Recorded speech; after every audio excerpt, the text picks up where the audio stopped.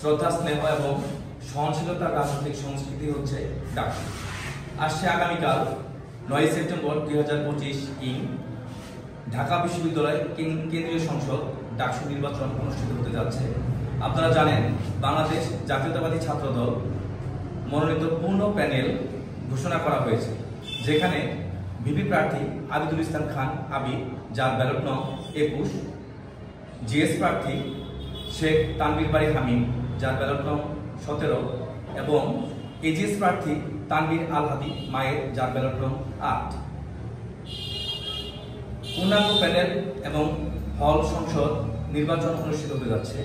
এই ডাকসু নির্বাচনকে কেন্দ্র করে তথা মধুর দরবারি আসনের ধানের শীষের সাংগঠনিক অভিভাবক আল্লাহ ফকির স্বপন ভাইয়ের পক্ষ থেকে ছাত্র দলের মনোনীত প্যানেলের পাশে থাকার অনুরোধ জানাচ্ছি। বিশেষ করে ঢাকা বিশ্ববিদ্যালয়ে অধ্যয়নরত মধুপুর এবং ধনবাড়ির সকল শিক্ষার্থীকে ছাত্র দলের প্যানেলকে ভোট দিয়ে জয়যুক্ত করে ঢাকা বিশ্ববিদ্যালয়কে বিজয়ী করার অনুরোধ জানাচ্ছি।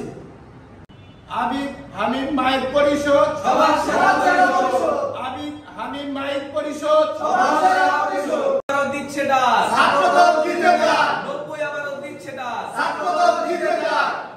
প্রতিশ্রুতি নয়, পরিবর্তন